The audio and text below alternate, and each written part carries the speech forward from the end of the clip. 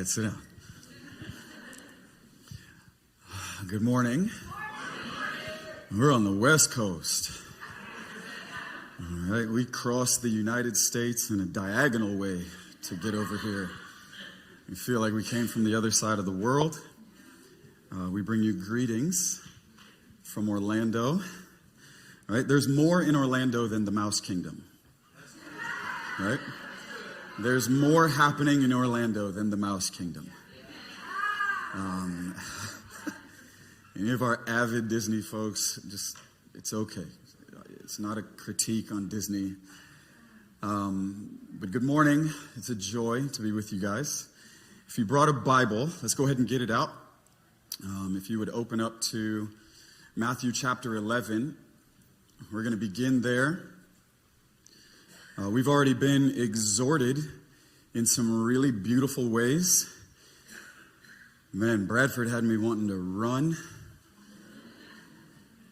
Just the beauty of the gospel. All right, how many of you know you never graduate from the gospel? Right? You never graduate from the gospel. It's never like, oh, I've heard that. Like, what else is there to explore in kingdom life? Like, give me the weighty things or the deep things. It's like, no. So just amazing the ways that we've already been exhorted, the encouragements that have already come to our hearts in the place of worship. Man, what an oily crew that was up here. What a joy in worship. The exuberance that filled the room is not normal, so don't take it for granted. All right, sometimes you lose the sight, how do they say it? The beauty for the trees because you're in the forest all the time. Don't take it for granted. Man, the hunger, the exuberance, the childlikeness, just the evidence of affection for Jesus that filled the room during the time of worship, man, it's special. It was thin, if I could say it that way. It wasn't difficult. There wasn't a lot of insulation to try to enter in, to sense him, to be aware of him in the midst of us. Really, really precious. And again, it's a joy to be with you. We are going to get to Matthew 11. All right, it's a joy to be here. We are coming from Habitation Church, which is our church family in Orlando. I say we, it's me and a couple of brothers that are here. One who is a leader in Habitation Church, and then one who he and his family leads a work in Orange Beach, Alabama. A church work there, planted just from within the last year. And so it's always really a privilege for us to come and join in with what the Lord is doing in different regions and serve and contribute. And in whatever small way we can, offer our lives as a resource to the work of God in different harvest fields. And so we consider it that way. And I feel very privileged and honored. It's a serious thing for me. I don't gig. I don't travel just for other incentives. It's an offering to the Lord and his work in our generation. And I want to steward that with great sobriety and urgency and sincerity before God. It's the real deal. And it is a great joy to be a part of the people of God and to gather as the saints in your city, the bearers and the brokers of light and hope and power and compassion. And so for that, we're going to look at Matthew chapter 11. I feel like there are some things on my heart that I really sensed from the Lord in the times that I was readying to be with you. We love Tom and Katie. Yeah. Yes. And not just saying that because we're here, because we hang out and connect and are together more than just here. We've had the joy of connecting down on our side of the world, in Orlando with our wives, which we do have families, right? We do. I have a wife of almost 17 years. Yeah, come on. Not married for 17 years to a variety of people. One person for 17 years. which is a testimony. It is possible. There is goodness and joy and a demonstration of covenant faithfulness. God can do it. There is power from within that posture. So wife of almost 17 years. I think Stephen's been married longer than me. 20 years. 20 years. And then, oh yeah. And then we have 5 children and are awaiting our 6th. Yeah, some of you are shaking your heads like, man, that dude has lost his mind. It feels like that sometimes. It feels like that sometimes. But we've got 2 girls, 3 boys that range in age from 14 in a couple of weeks all the way down to 2.5. 2 girls, 3 boys, and we are waiting now for a little girl. So little Judah Zion will be born in March. And our hearts are full, and God is good. And again, feel really honored to be with you guys. Come on, yeah. Well, it works both ways. Rarely do I just show up places I'm not invited.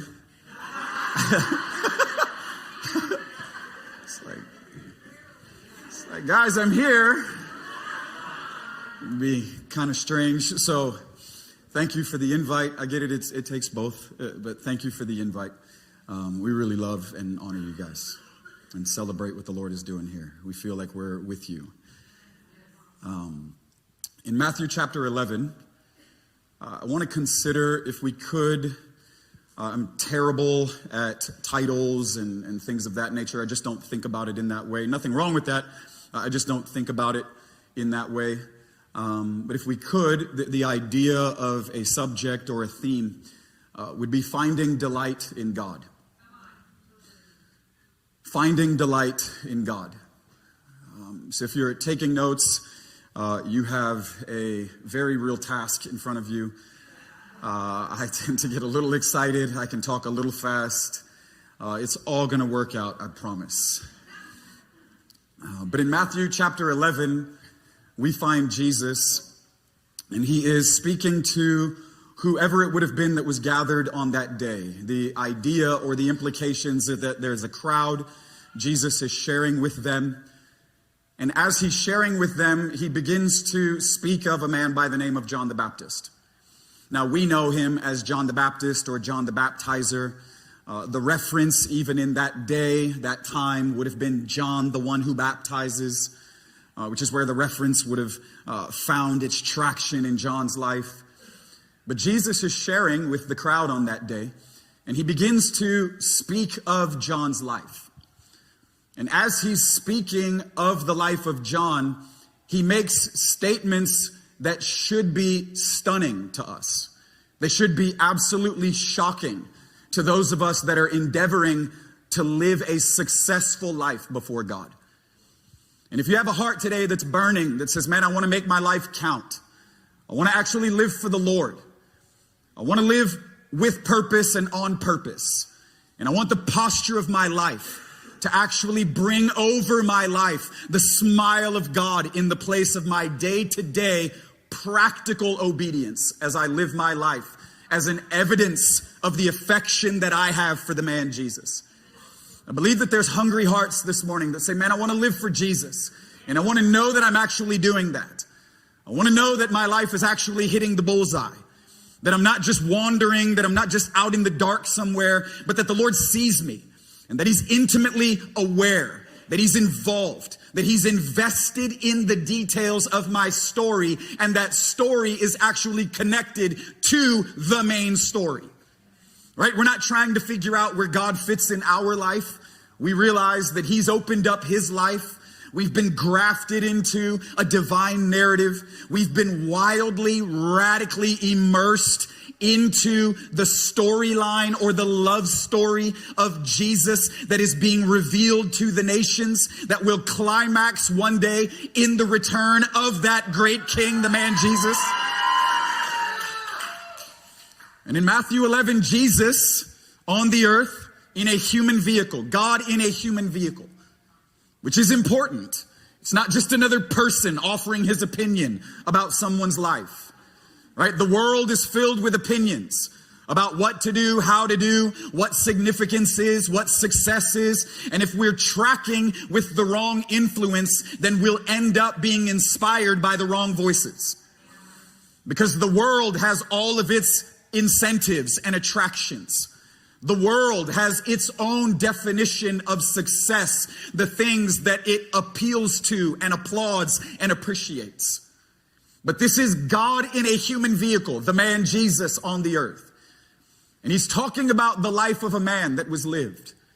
And in reference to the life of John, in Matthew 11, verse 11, he says, there has not been a person born of a woman greater than John. And he uses the word great in reference to the life of John. Now, if Jesus is considering someone's life to be great, then it should immediately awaken our interest into what is the evaluation, what is the connection with the details of John's life that brings Jesus, God himself, to evaluate the life of a person and then to consider that that person's life is actually great. You should be asking questions that oftentimes we're not asking by the details that are being provided. He says John's life was great. And if you want to know what greatness looks like, look to John. Let John become a reference point for great. And now where the issue comes in, or oftentimes where the difficulty in connecting with God's value system that brings the evaluation to the life of John in order to establish a reference point for a man that's great. The trouble that you and I have is that we oftentimes look at what John does instead of who John was. We look at what John does. And we look at John's life, at least what we know from the visibility of John's life. Right? Mark chapter 1 verse 4 says that in those days out in the wilderness, John had an appearing. Having an appearing is different than fighting to be seen. Having an appearing is different than God making something visible to others that has always been visible to God. We have to understand when John appeared, it was because he was living his life a particular way. And the charge that came upon the life of John was to continue doing what John had already been doing. But we oftentimes look at what John did in a small window of time and try to understand in the framework of greatness what it is in this small window that Jesus was actually looking at. And when you study the life of John, you begin to conclude or to realize, as many that have wrestled with the life of John over now hundreds of years, many people that have wrestled with the ancient writings and the scriptures and theologians of sorts and on, they've come to the conclusion that John's public life in preaching was 6 to 18 months. 6 to 18 months.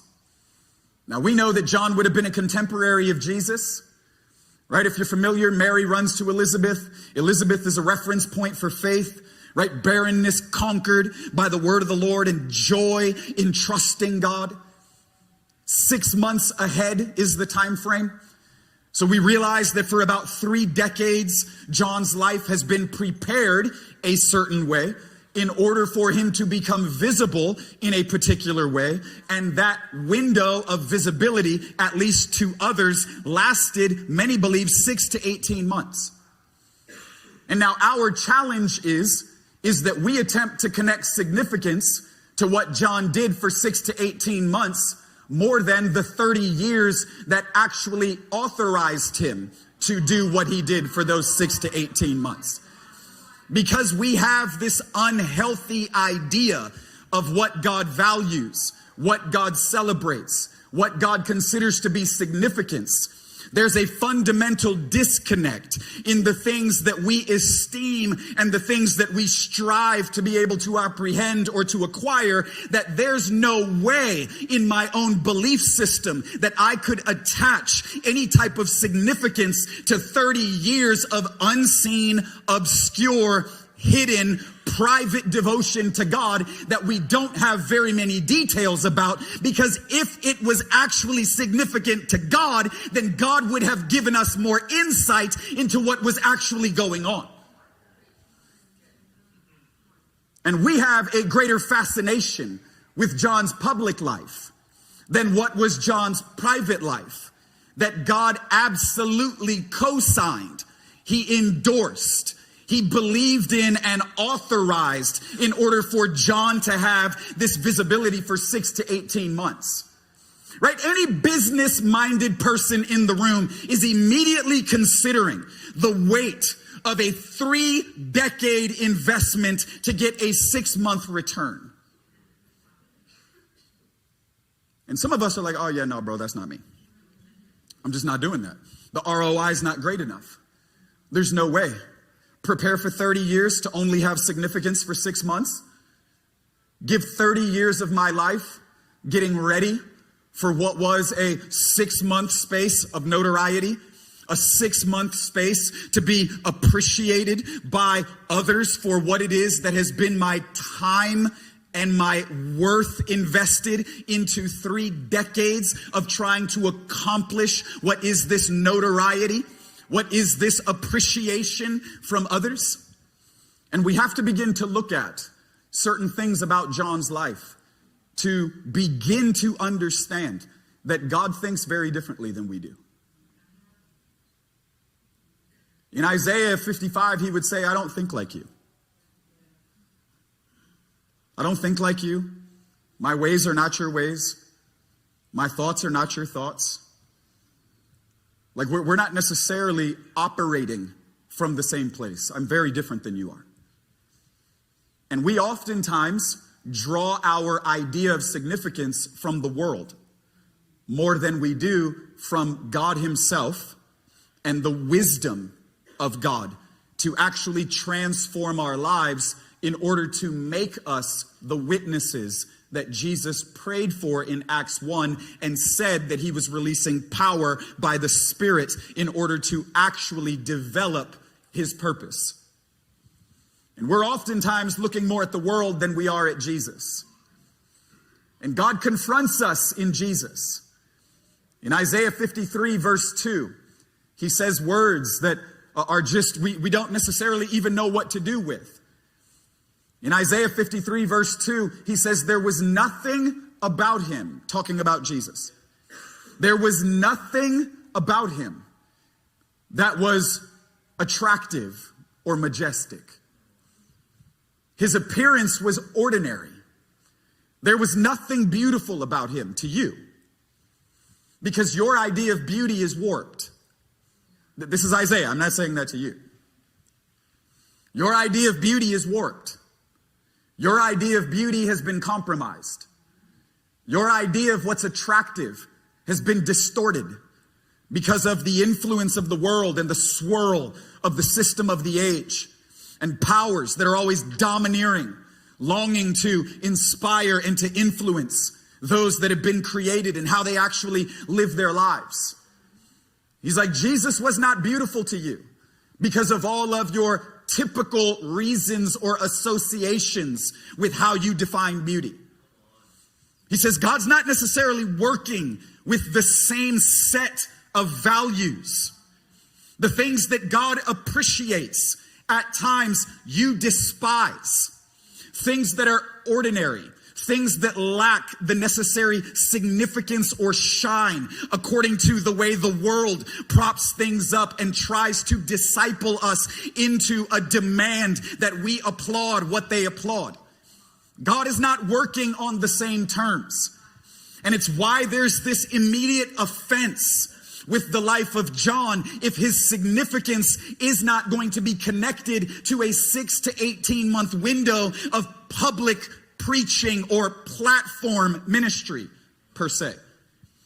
And that's not to belittle the 6 to 18 months. That's not to say that God finds no interest in those who have some sort of public influence, some sort of platform ministry, whatever that means, the responsibility of visibility. That's not to say that those things are just, that they're crippled in the idea of significance before God. We're not saying that.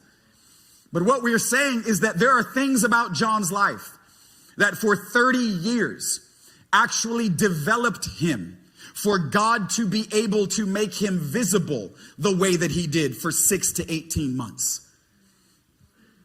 Jesus said John's life is great. Well, we know that John was out in the wilderness. He wasn't out there because he didn't have anything else to do. He actually forfeited. He surrendered.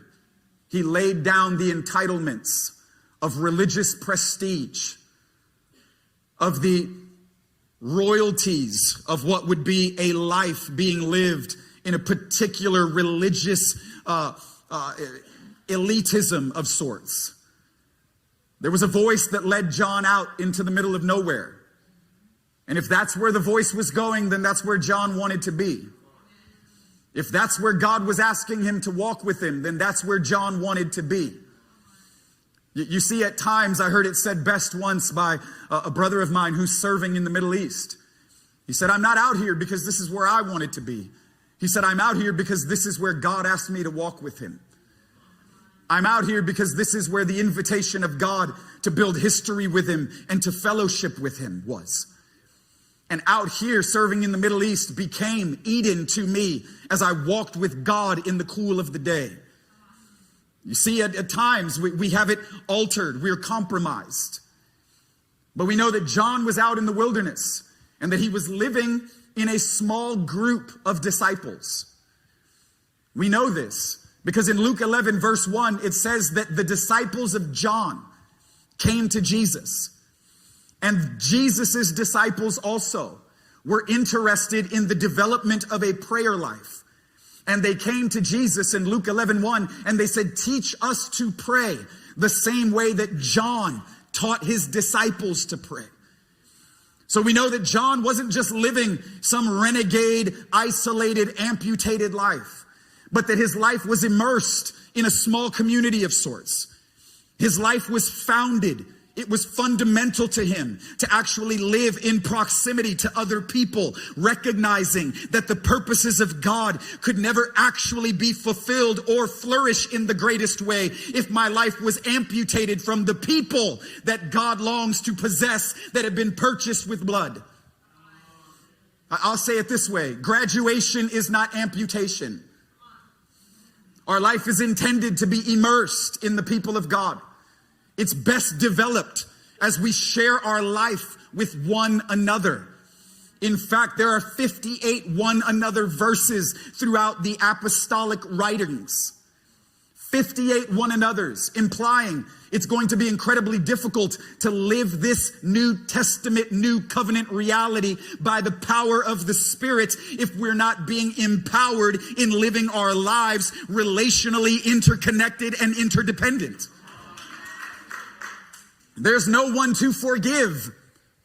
Forgive one another. There's no one to stop lying to. Stop lying to one another. There's no one to bear one another's burdens. You can't be hospitable to yourself. I mean, you could, I guess. It'd be super strange. What are you doing? I'm just going to host me tonight. Setting the table for me. I suppose, but graduation is not amputation. John's life was immersed in a community, in a small group, a tight-knit little tribe of disciples. We know that John's life was given over to prayer. Teach us to pray the way that John taught his disciples. We know John's life was immersed in the Word. In John chapter 1, he sees his own life in the context of Isaiah chapter 40. When the Pharisees send spies and those to investigate John. Who it is that you say you are. What is it that you say about yourself? We're to go back and report to those who sent us to you. What do you say about you? And John says, I am the voice of one calling out in the wilderness. Make straight the pathway for the Lord. He understood his life in the context of the scriptures. John was not a fortune teller. He wasn't giving away birthdays and addresses and all sorts of cool words for the next coming new year. He saw his life and understood the responsibility of the prophetic commissioning on his life in the context of the scriptures. John brought an urgency to the scriptures, and it's what made him prophetic. It's what made him authentically prophetic. John's life brought an urgency to Bible verses and put a demand on the people of God to actually apply things that God had already said in order to transform the immediacy of their trajectory to get back into alignment with God. John was not just knowledgeable about trendy verses that would move crowds. John had an urgency and understood the context of his own posture and the stewardship of his life before God in the scriptures. John's joy of fasting and praying. Matthew 11:18, in referencing John again, Jesus said, John came fasting and praying, and you said he had a demon. And the Son of Man came eating and drinking, and you had a problem with me too. But the reference to John's life, given over in a place of devotion, given over in a place of consecration, John's life being lived as a witness or as a demonstration of satisfaction in God. How many of you know our discipleship should endeavor to more deeply root people in satisfaction in God? Our discipleship and the development of our lives should be leading us into greater places of fulfillment in God. 1 Timothy 6:6, don't you realize that godliness with contentment is great gain? Not just godliness alone, not just godliness that is down spiraling in an attraction of the world or that's made synonymous the American dream and all of its materialistic appetites to be the definition of success, but discipleship should lead to godliness that is actually finding its contentment or its satisfaction or its delight in God himself. Oh, taste and see that the Lord is good. I get it. Other things are cool, right? Your sports team, the size of your house, your social circles, whatever materialistic things, extracurricular activities. But oh, taste and see that the Lord is good.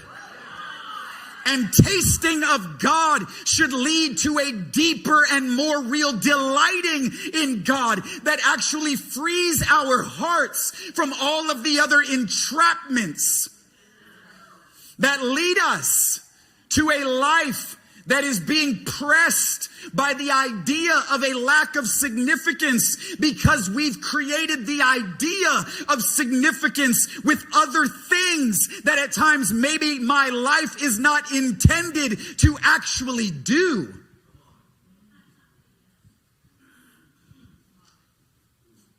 John was being developed in his delight in God. John was being developed in a deeper and more real satisfaction in God. And it actually freed his heart to be able to do anything and everything that God asked him to do. Is your heart free enough to do anything that the Lord asks you to do? Are you really free? We champion certain marketing verses for Christianity. Philippians 4:13, brother, I can do all things through Christ who gives me strength. Do you understand the context of what Paul is speaking from? He says, I've learned to live with absolutely nothing. He said, I've suffered beyond human comprehension. I've had lack. I've been betrayed. When he lays out his apostolic credentialing. He says, we've been shipwrecked. We've fasted many days. We've been on the verge of death, believing that even our very lives were going to be taken from us because of our faithfulness to God and wanting to never walk in compromise to the call. He says, there has been unimaginable pain and pressure and tension that we've had to persevere through. He says, but I've also lived on the opposite side of the spectrum. He says, I've had to be tested while having much. Do you realize there's testing on both sides? Right? Some of us have learned how to be faithful in loss, but we can't get over compromise in our successes. He says, I've been tested while I've seemed to have everything. While there's been abundance, there's been breakthrough. There's been mountaintop highs and extravagance that God has asked us to actually live in and to steward. Extravagance, not materially. I'm talking about the abundance of God's provision and blessing. He says, however, though I've learned something in the opposite of two extremes, that there's a radical middle. And he says, what God has actually developed in me is I can do all things. He's saying my devotion no longer demands a context. God doesn't have to do a particular thing with me in order for me to feel like I can actually be faithful to him. I don't have to have a certain way of life before I'm ready to actually live for God. I don't have to have a certain social set before I'm actually willing to turn over my devotion to the Lord. You see, some of us are holding hostage our faithfulness to God because we're demanding a ransom of whatever particular thing it is that we feel we need in order for our heart and our affection and our faithfulness to the Lord to actually be released to him, to live in the way that God has been asking of us. But Paul is saying, I can do all things because I've learned something over a long period of time, that God is actually in me, that he's with me, and that my development, my discipleship has actually been unto learning how in a greater way than I've ever known, be immersed in a satisfaction of the person of God. Hear me, not the things that God does, not the things that God gives, not unique roles, responsibilities, assignments, not stewarding things that God has blessed me with. All of that can be amazing. All of that can be a train wreck. But the person of God, and we know that John's fascination was God himself, because in the moment where John was being tested with the diminishing of things that he had been asked to do, when it seemed that the things that others esteemed and deemed to be the most important were fading, the pressure hit John's heart. And in John chapter 3, it says that his disciples come to him and they're like, bro, listen, man, this dude Jesus is up on the other side of the river, and everything that we've been doing, bro, like it's been going really well. We've been with you. We've been tracking. Like the ministry has been increasing. The crowds have been growing. Like we've been building the brand. Like, bro, it's all been awesome. But this Jesus guy, he's starting to steal the shine. And our attendance, it's dropping. Like I don't know how to tell you this. Things are not going well. And we've been with you. But there's an attraction to whatever this dude is doing up here on the other side of the river. And John says, let me just make something clear to you. All right, John 3, 27, 28, 29, 30. He says, let me make something clear to you. In John 3, 27, he says, a man can only receive what's given him from heaven.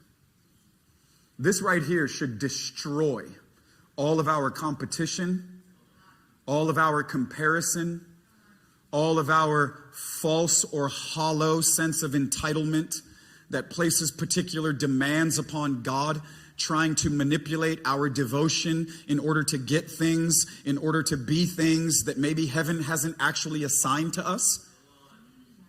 John says a man can only receive. He didn't say that you can't get other things. He didn't say that there's not ways in order to put your life in the space, place, conversation, or context of other things. He didn't say that there's not other ways in order to strive or to apply pressure in order to apprehend other things. He said, oh, there's all types of things that you can do to be impressed with your own results. But if you want to talk about it from heaven's perspective, he says a man can only receive what's given him from heaven. And he says, I recognize where I find my joy. He says, because the bride belongs to the bridegroom. And I recognize that I am a friend of the bridegroom. And my joy is found in standing near to him and actually being attentive to him and hearing his voice. And because I have this, my joy is full. John's joy was found not in ministry notoriety, not in some responsibility of being a public figure, not of wanting to be responsible with visibility and influence and moving masses or leading some movement. John's joy was found by his attentiveness to the bridegroom and his awareness of the attentiveness of the bridegroom on him. And he said, because I have this, my joy is full. Well, John is letting us know that he wasn't trying to leverage a life of devotion in order to gain some sort of ministry opportunity. John wasn't thinking to himself, if I can just live 30 years in obscurity, then God is finally going to shine a light on me. If I can just be faithful when no one else is looking, then I'm finally going to get the microphone. John wasn't trying to leverage consecration towards some ministry idea. He wasn't trying to be faithful to the Lord in the scriptures, in community, in prayer, in fasting, and in the evidence of his devotion, so that God would finally use him. The goal of John's life was not to be used by the bridegroom. The goal of John's life was to have the joy in his day-to-day life, in what everyone else considered to be the most insignificant spaces and places, where there was unseen, no lights, camera action, no big time opportunity. God was found in John's life to be extraordinary in the places that everyone else would have said are simply just ordinary. And John found an extraordinary delight in God in the ordinary places and tasks of life. He says, this is where my joy is found, in being known by the bridegroom and having his nearness and the transforming power of his attentive love over me. Knowing that he is mine and I am his is actually what empowers me to do on a day-to-day basis what everyone else actually despises, because they've not yet connected significance to the things that everyone else says is just ordinary. John was doing ordinary things in an extraordinary way because he recognized a significance in God in spaces that everyone else despised.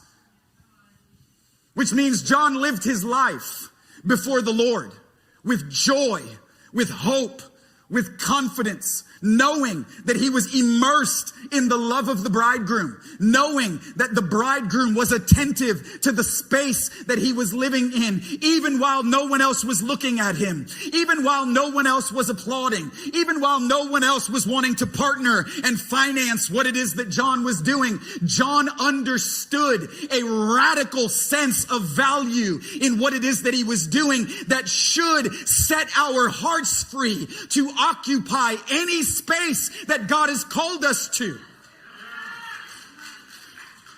It should actually set your heart free to do on a day-to-day basis things that are incredibly plain, mundane, boring, unseen. They lack appreciation and applause.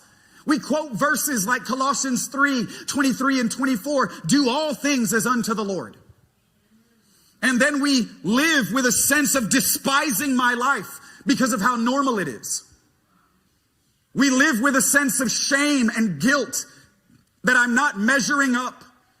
That when I compare my life to others, my life doesn't bear the same type of radical significance that I see other people living out. I'm not like them. I don't have that grace. I don't have that call. I don't have that gift set. I don't have those abilities. And we disconnect from a life of significance and value and joy in Jesus because we are defining success in other ways than what John is identifying. Do all things as unto the Lord, knowing that your life is being lived before God, that the eyes of the Lord are actually upon you. They're searching to and fro throughout the earth, looking for a heart that is completely given over to Him. Knowing that your inheritance, 3:24 of Colossians, actually comes from the Lord and not from men.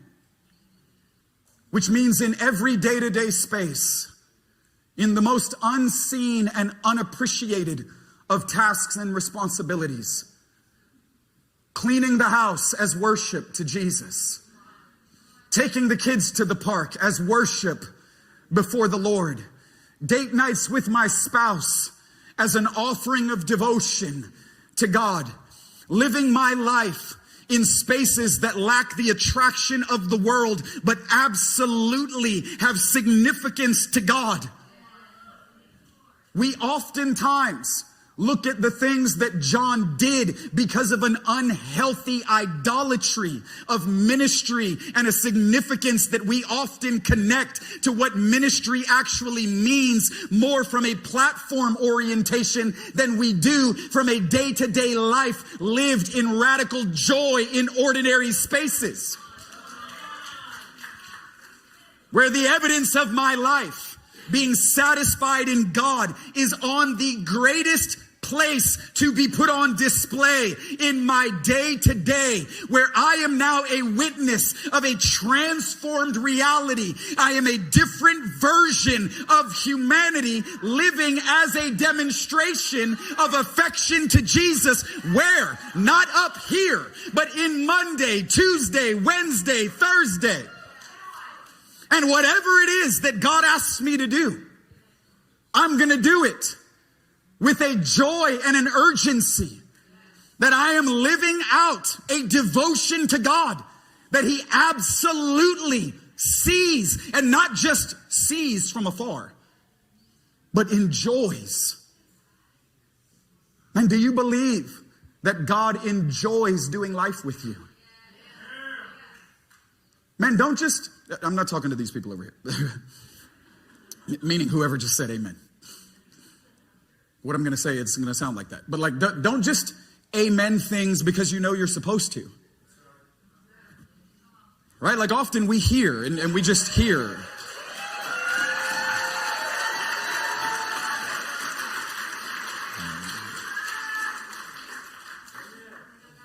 I was like, they're not cheering for what I just said.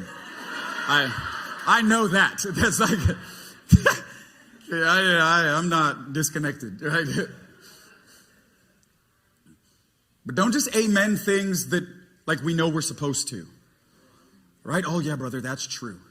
But is it true in you? Is the evidence of the things that I'm saying actually being demonstrated in the way that you live your life? Is your life being lived as a demonstration of joy, of hope, of purpose, of significance? Not because you're able to press your life into certain spaces or conversations, but the realization that in the space you are currently living in is the place or the platform where God longs to unleash joy upon you, to be able to do the most mundane, routine, ordinary, boring to the rest of the world and insignificant things that lack the magnetism or the draw or the applause of big crowds. In that space on a day-to-day basis, are you living with a vibrant connection to joy and purpose and significance? Because if not, then we cannot say, like Paul said in Philippians 4, I can do all things. Because in that moment, your idea of significance is connected to something other than what you have. Your idea of being able to live in joy is being reserved for a greater day, for some other opportunity, from some other context. But Paul is saying, I no longer demand a context. My heart is free because I've found everything in him. Delight yourself in the Lord. Oh, taste and see that the Lord is good. I delight to do your will.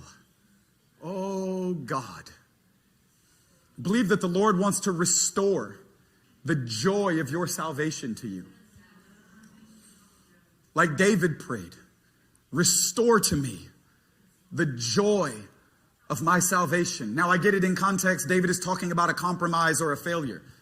I'm not talking about to those of us that have been living in compromise or have been rebelling from God's leadership.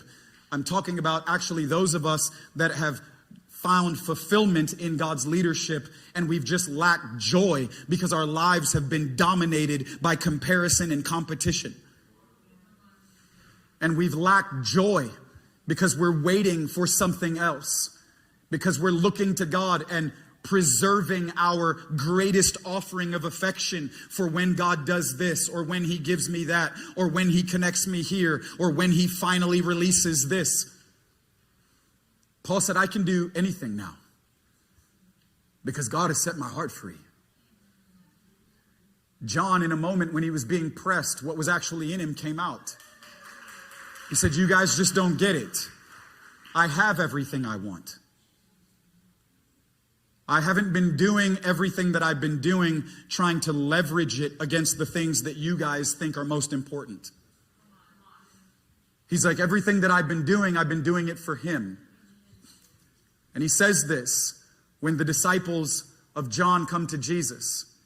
And we'll close with this thought. They come to Jesus because John has been imprisoned. And he spends more time in prison than he did out preaching. 2 years or more in prison to then have his head cut off. And some of us are like, oh yeah, now I'm really out. Like, oh yeah. No. 30 years of development, 6 months on the platform, 2 years in jail to lose my head. Oh yeah, no, bro. That's just not adding up the way that I'm trying to have my life add up. And while he's in prison before he's beheaded for his devotion, he sends his disciples to Jesus. And they come and ask him, are you the one that we've been waiting for? And Jesus says to them, go back and tell John that the gospel is being preached. The blind see, the deaf hear, the lame walk. He says, but however, though, he's quoting Isaiah 61, right?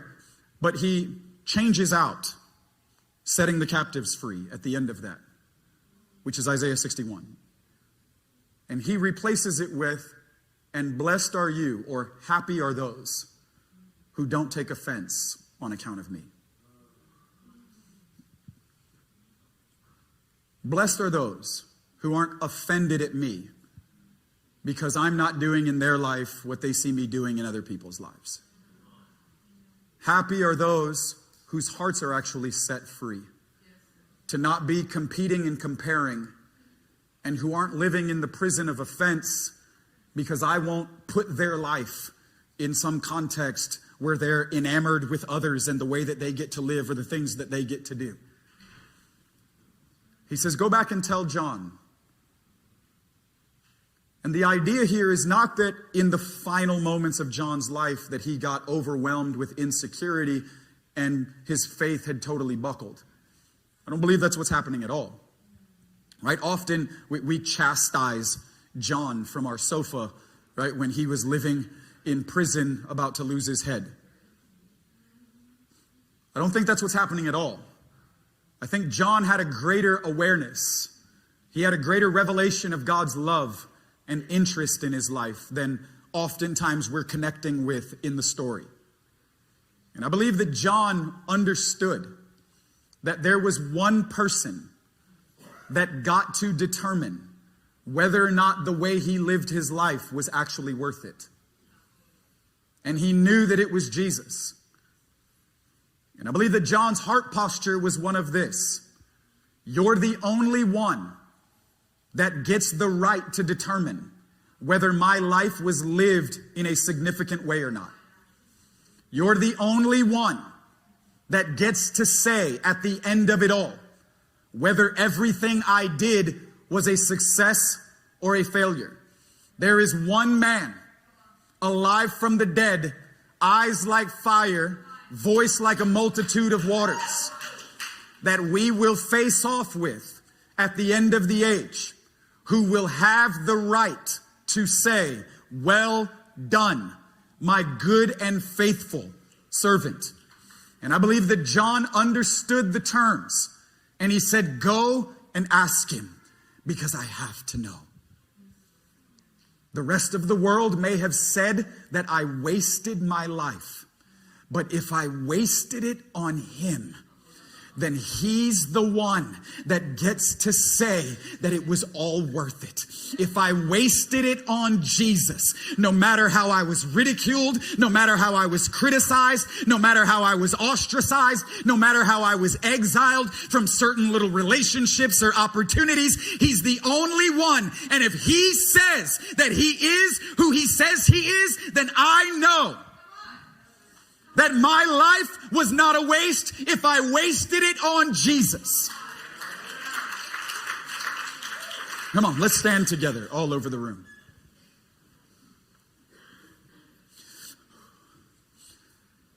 I'm going to ask somebody from our team to come back. If you could just play something for us.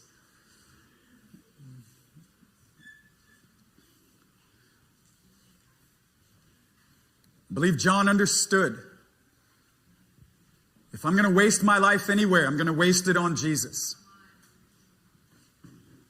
If I'm going to pour my life out in any way, I'm going to pour it out in a practical way, day by day, as an offering of devotion to the Lord. Do all things as unto the Lord. Man, your life should be infused with such a vibrant joy. There should be an electricity that's permeating your life. It should be electric with hope. It should be alive in its place of purpose and significance. Why? Not because what the rest of the world says that what you're doing is amazing, but because you know that what you're doing, Jesus actually sees it. And he thinks that you're amazing. And he wants to do life with you, and he actually enjoys it. And he enjoys the unseen. 3 decades of Jesus's life, we get one glimpse at the age of 12. And just like John, we ask more questions about 3 years than 30 years. It's because we're so enamored with an altered definition of significance. Decades of your life are not being wasted when they're being lived in devotion to Jesus, when they're being lived as a love offering and as worship to the Lamb. And I believe the Lord wants to restore joy, and he wants to infuse in your life a radical sense of purpose and hope again, where all of the pressure and the guilt and all of at times the shame, because we're just not measuring up. Now again, I'm not talking about if you're living in rebellion. If you're living in rebellion, it's time to get right. It's time to come back to the Lord and to get back into alignment and to come under his leadership.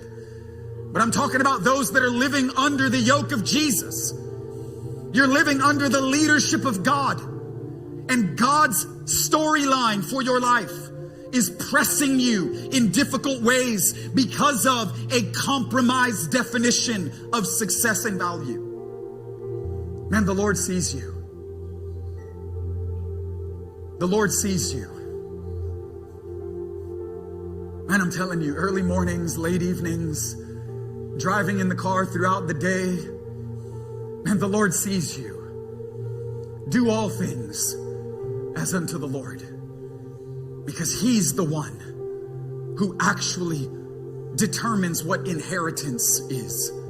He's the one that releases significance and purpose and value. Do all things as unto the Lord. I want to pray for you. So I'm going to ask you right there where you're standing, and then possibly we'll just see what happens. I may ask you to respond in a certain way, but right there where you're standing, you don't have to close your eyes. You can do so if you'd like to. But just out of an act of surrender, would you either just turn your hands up or lift your hands, just in a posture of surrender, just in a practical way before the Lord? Yeah, Lord, here we are. Whew. Jesus, Jesus, Jesus. I'm asking you right now, Lord, all over the room, would you break off shame? Would you break off guilt? All of the unhealthy and unnecessary baggage that we carry. Because we're looking at the world, and at times we're looking at even a ministry culture. And our idea of success or value is connected to things that maybe you're not necessarily defining them by the same terms. Lord, we want to be responsible with our life, and we want to live it in radical joy. We want our lives to be electric, to be alive. Yeah, Lord, we want to be alive in the greatest way that you intend for us, empowered by your Spirit to do things that are boring and ordinary as an act of worship. We want to live in such a way where our devotion is being demonstrated in every facet of our life, where there's no compartmentalization, thinking that you're only interested in certain things, in little nuances of ministry, but where we recognize the entirety of our life being lived out, being poured out as an offering before the Lord. And where we can, like Colossians says, do all things as unto the Lord. Lord, radically reorient us to the things that you're interested in, to your values. Radically reorient us to what you say true beauty actually is. We want to be beautiful in season, like Ecclesiastes says. We want to live our life with the awareness of the attention of the bridegroom and finding our sense of purpose in his nearness, and knowing that your voice speaks over us as a testimony to say, you see me. Set our hearts free.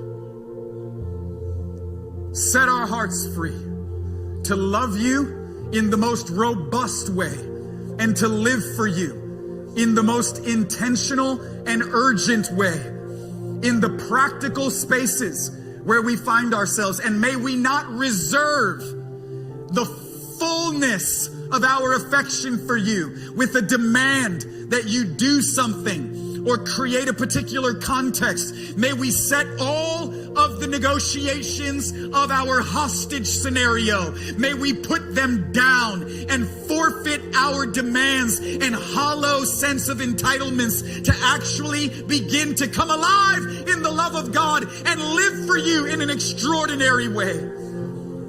Oh Lord, we want this. Oh, we want this. And we need your help for this to actually be real and to get traction in our lives. Oh God. Woo. Woo.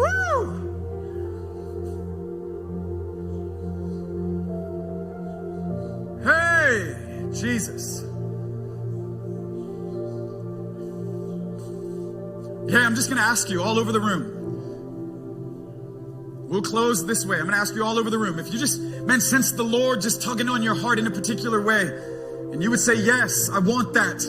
Man, I want God to set my heart free in the fullest possible way so that I can come alive and live with radical joy and actually live my life where my life is happening right now, day by day.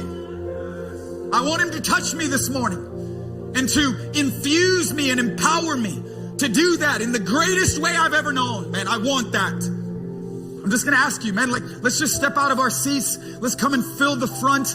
Man, we'll close that way. Your life as an offering to the Lord. Come on, let's create an altar here.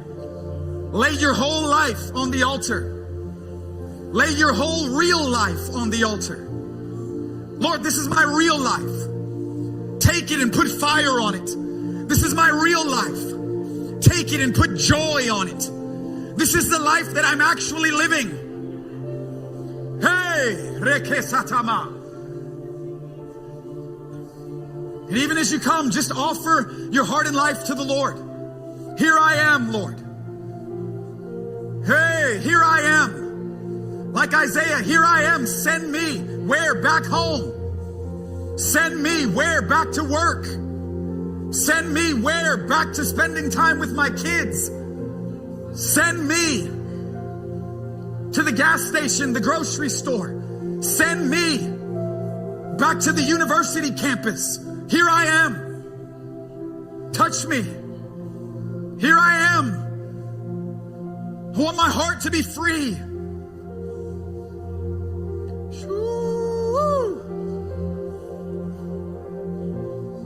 Yeah, come on, together for the next couple of moments. Let's just seek his face together. Oh, pray and seek his face.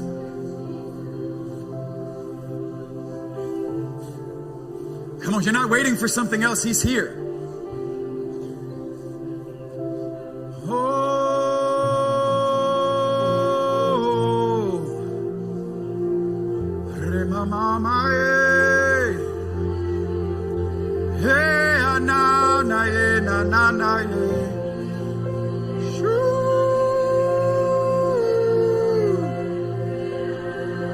Yeah, come on, seek his face, seek his face.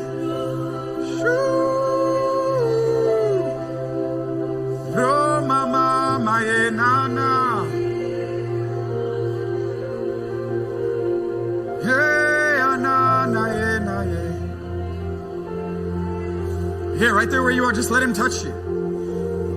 Oh, Rokoseke. Where the Spirit of the Lord is, there is freedom. There is liberty. There is righteousness, peace, and joy. Remamamaye.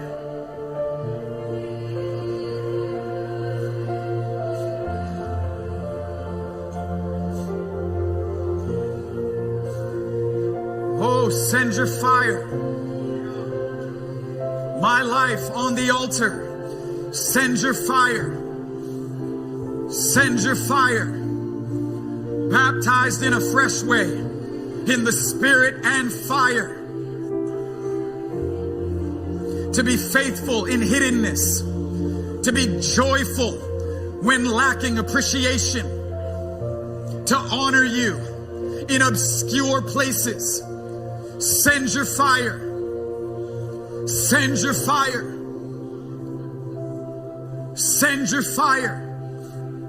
When stripped and pruned, send your fire.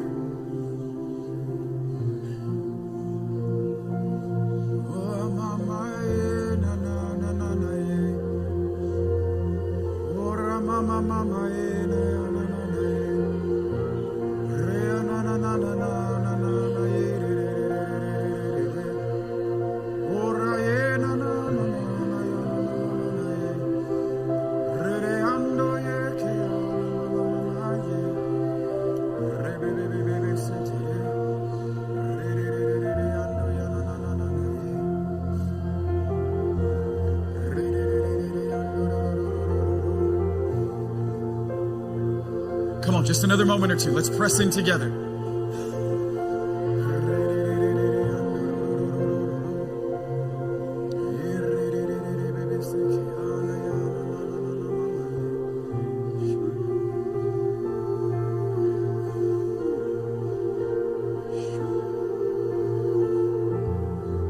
Restore joy.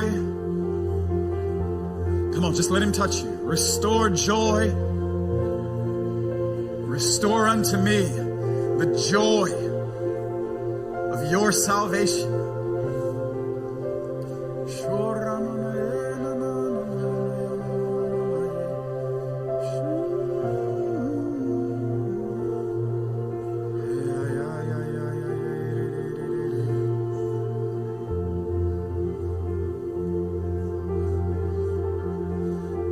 Yeah, come on, just lay a hand on the person next to you and just pray radical joy.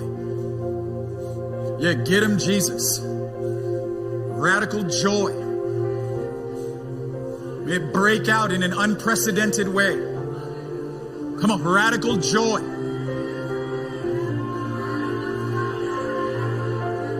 Oh Lord, may they come unhinged. May they come unglued. Devotion. The release of affection in a joy-filled way. Joy, joy, joy, joy, joy.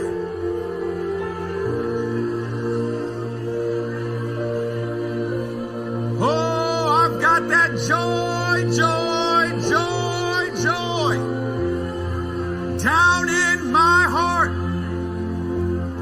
Come on, release joy.